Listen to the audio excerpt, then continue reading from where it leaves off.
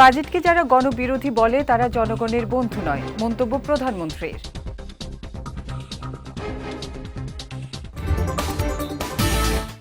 দেশে প্রথমবারের মতো মুক্ত বাণিজ্য অঞ্চল করতে যাচ্ছে সরকার, জানালেন মন্ত্রিপরিষদ সচিব।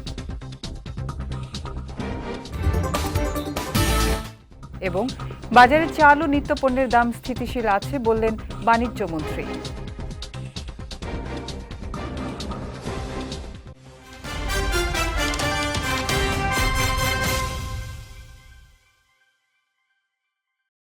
আসসালামু আলাইকুম। পুষ্টিচার নিবেদিত বিজয় রাত্রির সংবাদে আমন্ত্রণ জানাচ্ছি আমি উম্মে কুলসুম। শুনছিলেন শিরোনাম, এবারে বিস্তারিত। দেশের মানুষের ভাগ্যের পরিবর্তন করাই সরকারের একমাত্র লক্ষ্য বলে মন্তব্য করেছেন প্রধানমন্ত্রী তারেক রহমান। দুপুরে শ্রীমঙ্গলের ভিক্টোরিয়া উচ্চ বিদ্যালয় মাঠে ফ্যামিলি কার্ডের উদ্বোধন অনুষ্ঠানে তিনি এ মন্তব্য করেন। বলেন, বিএনপির রাজনীতি মানুষের পাশে দাঁড়ানো ও দেশকে এগিয়ে নিয়ে যাওয়া। এ সময় প্রস্তাবিত বাজেট নিয়ে তারেক রহমান বলেন, জনগণের জন্য যে বাজেটে সকল ব্যবস্থা রাখা হয়েছে সেই বাজেটকে যারা গণবিরোধী বলে তারা কখনো জনগণের বন্ধু হতে পারে না। তিনি আরও বলেন, যে বাজেটের মাধ্যমে সরকার জনগণের ভাগ্য পরিবর্তন করতে চায় সেই বাজেটকে একদল চানাচুরের সঙ্গে তুলনা করেছে। যে বাজেটে 7টি নিত্যপণ্যের উপর থেকে শুল্ক প্রত্যাহার করে নেওয়া হয় সেই বাজেটকে যারা গণবিরোধী বলে তারা কখনো জনগণের বন্ধু হতে পারে না। এ সময় প্রধানমন্ত্রী জানান, আগামী 1 বছরের মধ্যে চা বাগানের সকল নারী শ্রমিককে ফ্যামিলি কার্ডের আওতায় আনা হবে। পাশাপাশি 40 লাখ পরিবারের কাছে কৃষক কার্ড ও ফ্যামিলি কার্ড তুলে দেয়া হবে।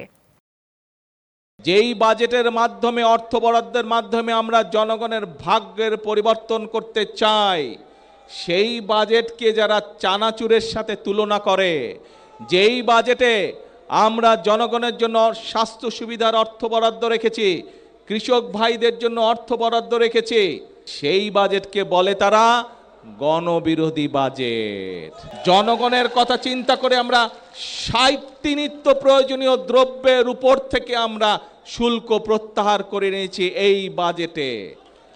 এখন প্রিয় ভাই বোনেরা, যেই বাজেটে 60টি পণ্যের উপর থেকে শুল্ক প্রত্যাহার করে না হয় সেই বাজেটকে একটি দল বলে গণবিরোধী বাজেট।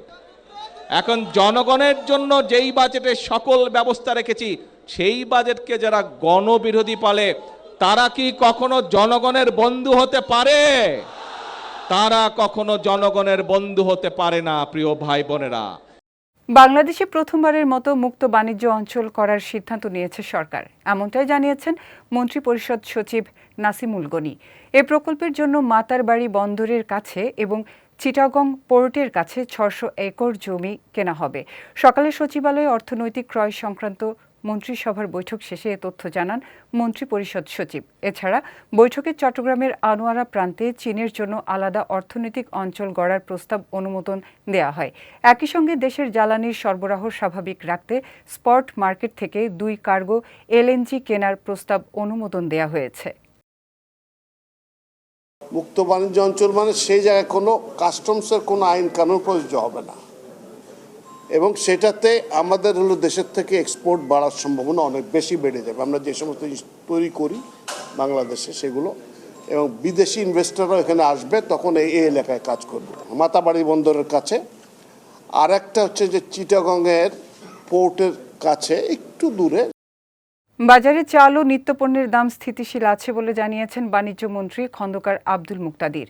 আজ রাজধানীর বাদামতলী পাইকারি চালের বাজার ও নয়া বাজার কাঁচা বাজার পরিদর্শন শেষে সচিবালয়ে এক ব্রিফিংয়ে তিনি একথা জানান। বলেন, প্রস্তাবিত বাজেট ঘোষণার পরও চালের পাইকারি ও খুচরা বাজার স্থিতিশীল রয়েছে। যদিও নতুন ও পুরাতন চালের ক্ষেত্রে দামের কিছুটা তারতম্য রয়েছে, কিন্তু দামের ঊর্ধ্বগতি নেই। আজকে আমি এবং খাদ্য প্রতিমন্ত্রী মহোদয় আমরা বাদামতলীর বাজার এবং পরবর্তীতে নয়াবাজার খুচরা বাজারে গিয়েছি। বাজার পরিস্থিতি যথেষ্ট, মূল্য পরিস্থিতি যথেষ্ট স্থিতিশীল, সরবরাহ পরিস্থিতি যথেষ্ট সন্তোষজনক। আমাদের হাতে, সরকারের হাতে বিপুল পরিমাণ চাল মজুদ আছে। যদি কখনো প্রয়োজন পড়ে আমাদের ইন্টারভেনশন করার সেই সঙ্গতি সামর্থ্য সরকারের হাতে আছে। তবে এই মুহূর্তে পরিস্থিতি সেরকম কোনো দাবি করছে না। মিঠাপানির মাছের রোগ প্রতিরোধ এবং মড়ক নিয়ন্ত্রণে কার্যকর গবেষণার কোনো বিকল্প নেই বলে মন্তব্য করেছেন মৎস্য ও প্রাণী সম্পদ প্রতিমন্ত্রী সুলতান সালাউদ্দিন টুকু। আজ রাজধানীর মৃত্তিকা সম্পদ উন্নয়ন ইনস্টিটিউটের অডিটোরিয়ামে বাংলাদেশ মৎস্য গবেষণা ইনস্টিটিউটের মিঠাপানির মাছের মড়ক প্রতিরোধে ভ্যাকসিন উদ্ভাবন প্রকল্পের ইনসেপশন ওয়ার্কশপে বিশেষ অতিথির বক্তব্যে তিনি এ মন্তব্য করেন। বলেন, দেশের মানুষের দৈনন্দিন খাদ্য তালিকায় গুরুত্বপূর্ণ স্থান দখল করে থাকা মিঠা পানির মাছকে রোগমুক্ত ও টেকসইভাবে সংরক্ষণ করতে হলে ভ্যাকসিন উদ্ভাবন সহ আধুনিক গবেষণার ওপর সর্বোচ্চ গুরুত্ব দিতে হবে। অনুষ্ঠানে প্রধান অতিথি ছিলেন মৎস্য ও প্রাণী সম্পদ এবং কৃষিমন্ত্রী মোহাম্মদ আমিনুর রশিদ। অত্যন্ত ইম্পর্টেন্ট এটি গবেষণা করা, এই মাছগুলিকে কিভাবে টিকিয়ে রাখা যায়, রোগ প্রতিরোধ কিভাবে বাড়ানো যায় মাছের মধ্যে থেকেও। নদীর যে পানির ঘরটা যদি অস্বাস্থ্যকর পরিবেশে থাকে তাহলে মানুষ কিন্তু রোগের মধ্যেই আক্রান্ত হবে, এটাই স্বাভাবিক। মাছের ক্ষেত্রেও একই জিনিস, যে মাছ কোন জায়গায় আমরা চাষ করছি বা মাছের যে বিচরণ ক্ষেত্রটা সেটা ঠিক আছে কিনা, এটা অত্যন্ত গুরুত্বপূর্ণ বিষয়। এই ভ্যাকসিন যেটি গবেষণা চলছে এটি অত্যন্ত আমি সাধুবাদ জানাই, কারণ এটি অবশ্যই ওরাল সিস্টেমটাকে বেশি করে ডেভেলপ করতে হবে মাছের ক্ষেত্রে বিশেষ করে। 2026-27 অর্থ বছরের প্রস্তাবিত জাতীয় বাজেটে নবায়নযোগ্য জ্বালানি খাতকে পর্যাপ্ত গুরুত্ব দেওয়া হয়নি বলে মন্তব্য করেছেন বেসরকারি গবেষণা সংস্থা centre for policy dialogue CPD. সংস্থাটি বলছে, বাজেটে নবায়নযোগ্য জ্বালানির পক্ষে কিছু ইতিবাচক উদ্যোগ থাকলেও সামগ্রিক রাজস্ব ও প্রণোদনা কাঠামো এখনও জীবাশ্ম জ্বালানিকেই বেশি সুবিধা দিচ্ছে। আজ রাজধানীর ধানমন্ডিতে সিপিডি কার্যালয়ে অনুষ্ঠিত 2026-27 অর্থ বছরের প্রস্তাবিত জাতীয় বাজেট বিদ্যুৎ ও জ্বালানি খাত কি পেল শীর্ষক মিডিয়া ব্রিফিংয়ে মূল্যায়ন তুলে ধরা হয়। অনুষ্ঠানে মূল প্রবন্ধ উপস্থাপন করেন সিপিডির senior research associate Helen Mashiyat Preoty. সিপিডির মতে, বর্তমান বাজেট কাঠামোয় নবায়নযোগ্য জ্বালানির প্রসারে কিছু সহায়ক পদক্ষেপ থাকলেও দেশের জ্বালানি রূপান্তরের লক্ষ্য অর্জন এবং পরিবেশ বান্ধব বিদ্যুৎ উৎপাদন সম্প্রসারণের ক্ষেত্রে উল্লেখযোগ্য চ্যালেঞ্জ রয়ে গেছে। আজকে যদি আমরা সত্যি সত্যি নবায়নযোগ্য জ্বালানিকে বিশ্বাস করি এবং ধারণ করি, তাহলে ওইভাবে পলিসি দিতে হবে। আজকে যে কাণ্ডটা বাজেটে করা হয়েছে এটা আসলে খুবই স্পর্শকাতর, যে আমরা এখানে যারা আছি বসে সবাই, আমরা একজনও কিন্তু আমার বাসার সাথে যদি সোলার লাগাতে চাই, আমরা এই ট্যাক্স ইনসেন্টিভ ফ্যাসিলিটিসটা পাবো না। এবার পুষ্টি চিনিগুড়া চাল নিবেদিত জেলা সংবাদ।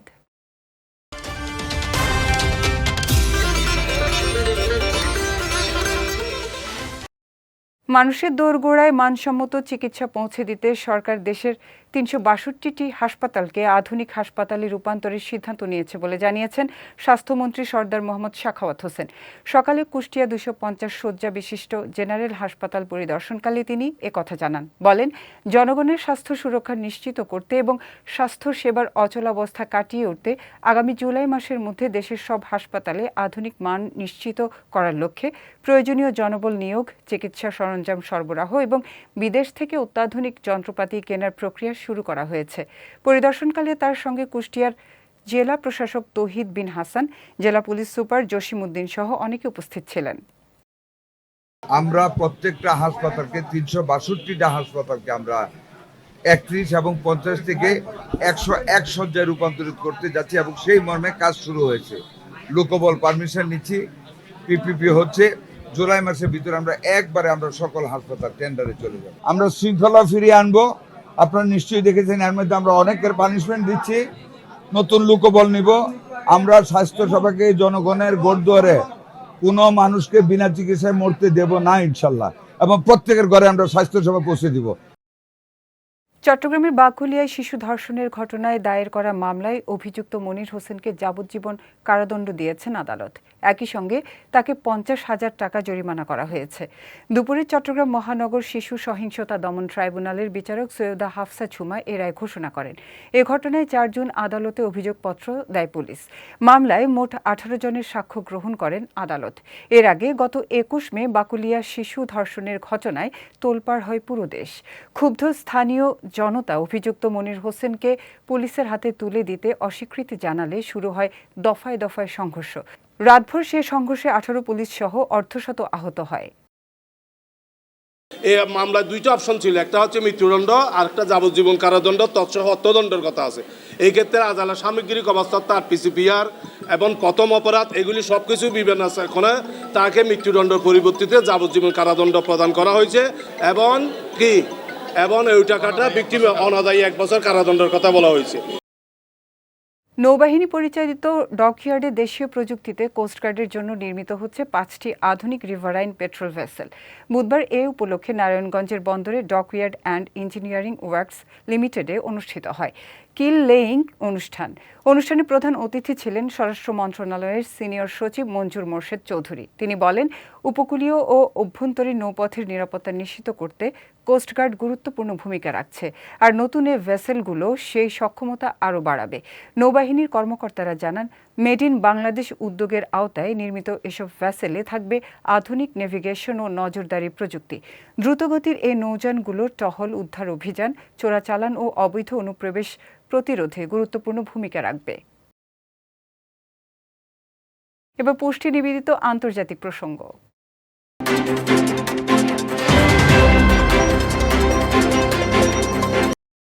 লেবাননে দ্রুত যুদ্ধবিরতির আহ্বান জানিয়েছে বিশ্বের শীর্ষ অর্থনীতির জোট G7। ফ্রান্সের এভিয়ান লেস বাঁ শহরে অনুষ্ঠিত সম্মেলনে নেতারা আঞ্চলিক স্থিতিশীলতা ফিরিয়ে আনতে শক্তিশালী ও টেকসই যুদ্ধবিরতির ওপর জোর দেন। একই সঙ্গে যুক্তরাষ্ট্র ও ইরানের মধ্যকার অন্তর্বর্তীকালীন সমঝোতাকে স্বাগত জানিয়েছে G7। চুক্তিটি চূড়ান্ত শান্তি আলোচনার পথ তৈরি করবে বলে আশা করা হচ্ছে। তবে ইরানের পারমাণবিক কর্মসূচি ও আঞ্চলিক প্রভাব নিয়ে উদ্বেগ থাকায় আরও আলোচনার প্রয়োজন বলেও জানিয়েছে জোটটি। ইরান জানিয়েছে, লেবাননেও যুদ্ধবিরতি কার্যকর হলে তারা স্থায়ী শান্তির পথে এগোতে প্রস্তুত। তবে ইসরায়েলি বাহিনী প্রত্যাহার ও হিজবুল্লাহর নিরস্ত্রীকরণ নিয়ে এখনও রয়েছে বড় মতপার্থক্য। এদিকে হরমুজ প্রণালীর ওপর জ্বালানি নির্ভরতা কমাতে বিকল্প সরবরাহ ব্যবস্থা তৈরির সিদ্ধান্ত নিয়েছে G7। ইরানের তেলের ওপর নিষেধাজ্ঞা শিথিলের সম্ভাবনার খবরে বিশ্ববাজারে কমেছে অপরিশোধিত তেলের দাম।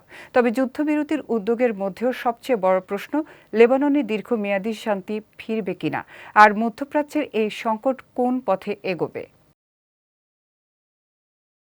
ভারতে মেডিকেল ভর্তি পরীক্ষা নিটের প্রশ্ন ফাঁসের আশঙ্কায় মেসেজিং অ্যাপ টেলিগ্রাম নিষিদ্ধের সিদ্ধান্ত নিয়েছে সরকার। তবে এই সিদ্ধান্তকে চ্যালেঞ্জ জানিয়ে দিল্লি হাইকোর্টের দ্বারস্থ হয়েছে টেলিগ্রাম কর্তৃপক্ষ। টেলিগ্রামের প্রধান নির্বাহী পাভেল দুরভ দাবি করেছেন, অ্যাপ বন্ধ করা সমস্যার সমাধান নয়, এতে সাধারণ ব্যবহারকারীরাই ক্ষতিগ্রস্ত হবেন। তার দাবি, প্রশ্ন ফাঁসের সঙ্গে জড়িত চ্যানেলগুলো ইতোমধ্যে সরিয়ে দেওয়া হয়েছে। নিট প্রশ্ন ফাঁসের ঘটনায় তদন্ত করছে ভারতের কেন্দ্রীয় তদন্ত ব্যুরো।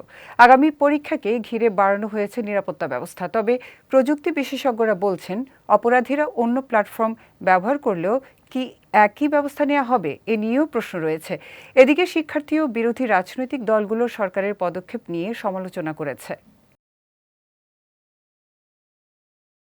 যাচ্ছি পুষ্টি ড্রিঙ্কিং ওয়াটার নিবেদিত খেলার সংবাদে।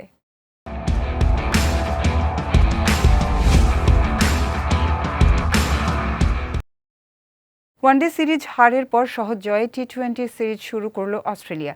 চট্টগ্রামে 3 ম্যাচ সিরিজের প্রথম ম্যাচে স্বাগতিক বাংলাদেশকে 4 উইকেটে হারিয়েছে সফরকারীরা। টস হেরে ব্যাট করতে নেমে ব্যাটিং বিপর্যয়ে পড়ে বাংলাদেশ। 19 ওভারে মাত্র 131 রানে অল আউট হয় টাইগাররা। দলের হয়ে সর্বোচ্চ 29 রান করেন মেহেদী হাসান। অস্ট্রেলিয়ার হয়ে অ্যাডাম জাম্পা ও জোয়েল ডেভিস নেন 3টি করে উইকেট। জবাবে 132 রানের লক্ষ্য তাড়া করতে নেমে শুরুতে 2 উইকেট হারালেও কুপার কনলির 47 রানের ইনিংসে ঘুরে দাঁড়ায় অস্ট্রেলিয়া। শেষ দিকে ব্যাটারদের দৃঢ়তায় 10 বল হাতে রেখে জয় নিশ্চিত করে তারা। এই জয়ে 3 ম্যাচের টি-20 সিরিজে 1-0 ব্যবধানে এগিয়ে গেল অজিরা।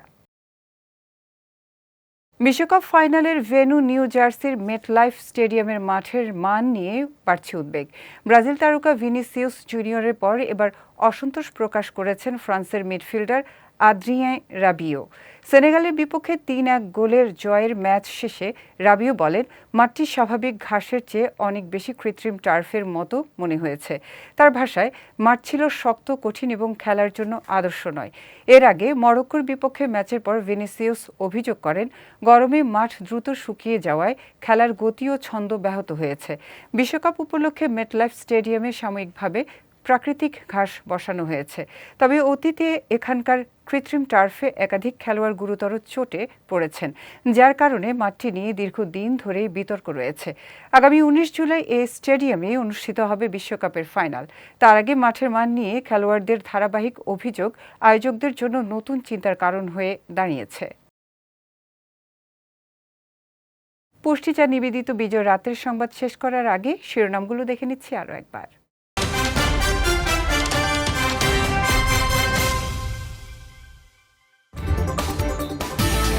বাজেটকে যারা গণবিরোধী বলে তারা জনগণের বন্ধু নয়, মন্তব্য প্রধানমন্ত্রীর।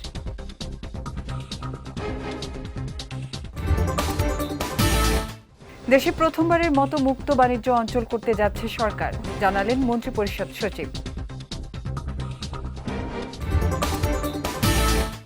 এবং বাজারে চাল ও নিত্যপণ্যের দাম স্থিতিশীল আছে বললেন বাণিজ্য মন্ত্রী।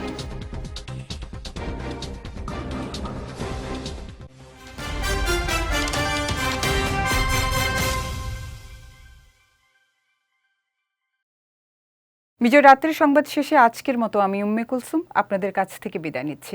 আগামীকাল একই সময়ে নতুন সব খবর দেখতে চোখ রাখুন বিজয় টিভিতে। এছাড়াও আজকের বিজয় রাতের সংবাদের ভিডিও দেখতে পারেন আমাদের ইউটিউব এবং ফেসবুক পেজে। আমাদের ইউটিউব হলো youtube.com/bijytvofficial এবং আমাদের ফেসবুক পেজ হলো facebook.com/bijytvlimited। এতক্ষণ সঙ্গে থাকার জন্য ধন্যবাদ সবাইকে।